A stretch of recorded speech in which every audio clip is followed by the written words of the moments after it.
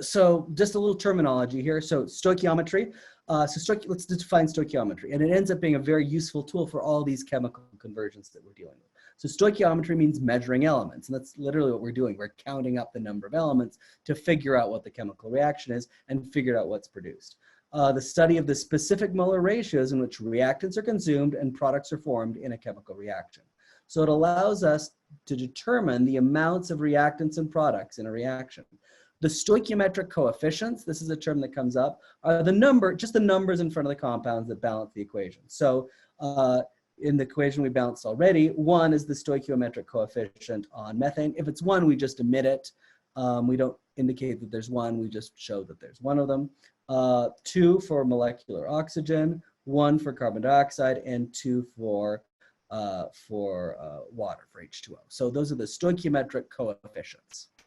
All right, so let's work at a harder example, one where I think that if you sat down and tried to do this just by guessing, you'd be guessing for quite a long time.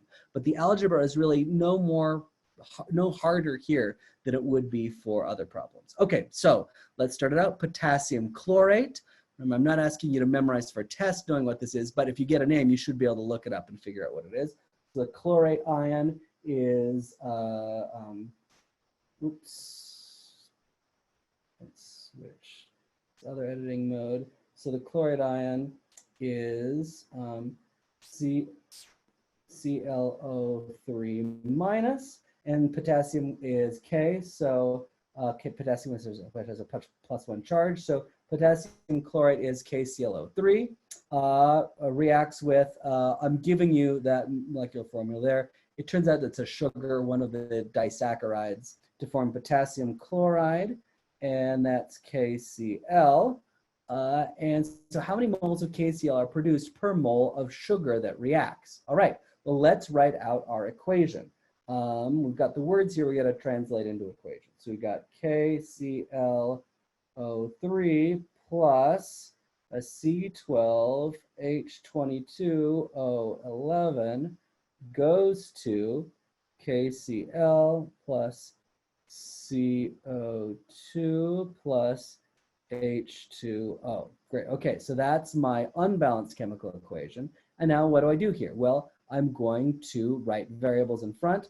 I'll put A in front of the sugar just because I suspect that's going to be the lowest integer. It's going to make things easier. I'll put B here, C, D, E. All right.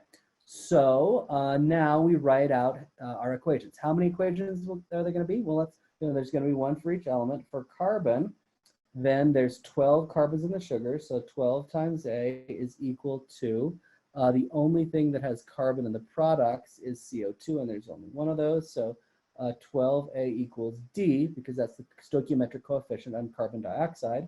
We also have potassium. So potassium only occurs in the potassium chlorate, so that's B is equal to, so potassium in the products only occurs in potassium chloride. So we have that B equals C. And now for the chlorine, it only occurs in the chlorate. So that's B. And it only occurs in the potassium chloride again. So that's B equals C. We only have one. Those are the same equations there. Now H, we have it occurs in the sugar, so 22A is equal to, it only occurs in the water at the end, so 2E. And so finally oxygen, which is more complex because that's in lots of things, it's 11A plus 3B, because there's 3 oxygens in potassium chlorate, is equal to 2D, 2 oxygens in carbon dioxide, plus E. So that is our system of equations. And so let's start solving it. Well, if we assume that A equals 1, if A equals 1, then we can figure out D pretty easily because D is 12 times A. So D is going to be 12. And actually, there's another one that's pretty easy too. If 22A equals 2E, we can divide both sides by 2, and we would get that E equals 11. this is where it starts being the sort of things you'd have a hard time guessing right off. So E equals 11, D equals 12.